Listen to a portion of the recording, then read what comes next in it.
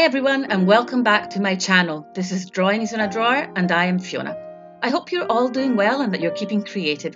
So today you're going to see me create my own palette with some of my favourite colours. Since discovering full pans, I've been finding it quite hard to go back to half pans. So I bought a bunch of empty full pans on Amazon and I started filling this empty Medine palette, which I also purchased off Amazon. I can't remember how much it cost, but it wasn't expensive. For my backgrounds in my paintings, I almost always use Daniel Smith granulating colours, Moonglow, Shadow Violet, Cascade Green and Apatite Green. Though I have others, these are my go-to colours for backgrounds. I poured them into the pans and I let them sit overnight, and maybe it was a couple of nights, I'm not sure, I can't honestly remember. And then when I went to swatch them, I noticed something different. Something had changed since the last time I'd swatched them. Now, the story of these tubes is I got them in December 2018, and that's when I basically swatched them the first time, and I didn't swatch them again after that until I created this palette, let's say. So you can see the original swatch chart here from December 2018, how heavily granulating these paints are, and that is basically what I like them for. And now, 18-20 months later, they are completely flat. There's no granulating effect there at all. This was quite a bummer for me because literally that is what I like these pigments for their granulation, and now it's completely gone. I still like the colours, but there's no granulation there at all. I don't know if this is meant to be, if these paints have a shelf life. If they do, which they probably have, I wouldn't have expected it to be so short.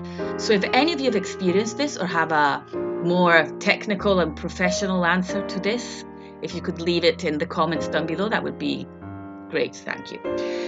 So the other paints are Magelloish and Gold. They are fine, they are very vibrant, I believe they are light fast. I really love the burnt umber, the peacock blue and the indigo.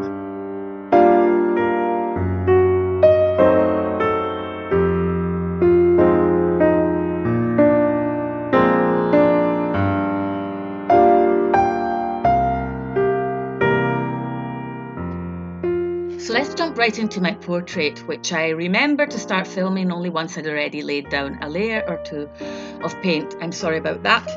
I believe most of you follow me on Instagram. Well, some of you, there's not many of you yet, because I think that is where you migrated from. But in case you're not following me on there, this is part of a project I've been working on for a few months now called Inspirational Women. This one is English writer Virginia Woolf, who was born in 1882 and died in 1941. And she's considered a pioneer in the use of the stream of consciousness, where basically the writing of a novel or a story copies, if that's the right word, the thought process. So you can imagine how messy that must be, but I think she managed to do it pretty well. She was also a feminist. Just a little side note here. Feminism is not wanting more than what men have. It's just wanting to be equal, wanting everyone to have the same chances and the same opportunities. It's not saying women are better than men, or that they should have more than men, or that they want more than men. But it's still hard nowadays. So we can only imagine how hard it must have been back then when women who had notions or acted differently were treated like they were mad. Now, again, this is probably not the right word for that, so I mean, no offence if anyone's offended by me using it, but basically that's how it was. So my Inspirational Women series is all about women who, each in their own special way, dare to change the world, and sadly, very often they had to suffer a great deal because of it. Women who would not be silenced, who were not afraid to stand up and do their thing and then face the consequences. I love this project because when I paint, I listen to podcasts about these women, I do my own research, I basically live and breathe them, and I try to capture their character, their feelings in the paintings. Very often I add a little symbolism in the paintings, and for example in this one it's a dandelion clock, which I think symbolises emotional intelligence among other things. I looked it up properly when I was painting this, which was now quite a while ago, I have to say. I think it was probably at the beginning of the summer or something. And I like painting colour in different areas of the face. For me, it's a very instinctive process, and sometimes I worry that I'm going to end up totally ruining a painting by placing, I don't know, too much green under an eye or too much purple in the hollow under the cheekbone. But I kind of can't help myself. It's like I have no control over it, and I need to do these things. And you can see it very well in this piece because her skin was very fair, so those greens and blues and pinks and purples kind of really stand out. The mud really shows, but I like that because to me it's like her soul is showing on her face.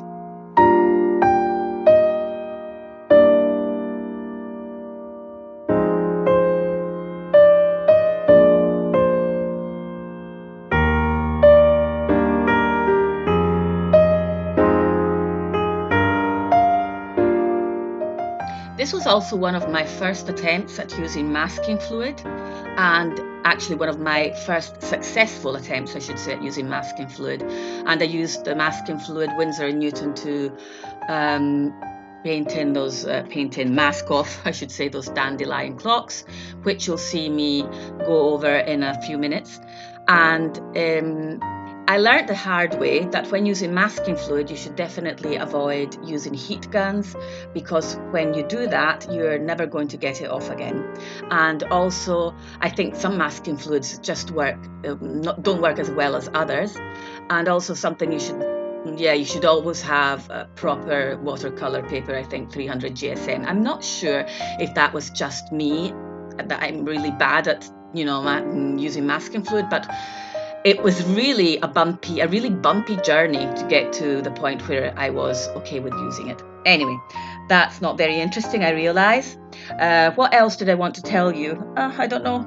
Yeah, my Inspirational Woman series is going to continue, so if any of you have any suggestions and names of women you'd like me to paint, or, inspire me to paint, I would be grateful to receive those suggestions. I've already painted Frida Kahlo, Amelia Earhart, who was the first female pilot to fly across the Atlantic Ocean, Billie Holiday, Lady Diana Spencer. I did film that one. If you're interested in seeing it, let me know.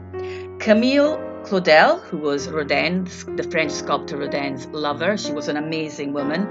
And Joan of Arc and the musician, singer-songwriter from Canada, Joni Mitchell, which I believe is the only one among these inspirational women who is still alive today. So if you want to send any requests for videos or would like me to cover some topic, I would actually be super grateful, because it is really hard to talk through these videos.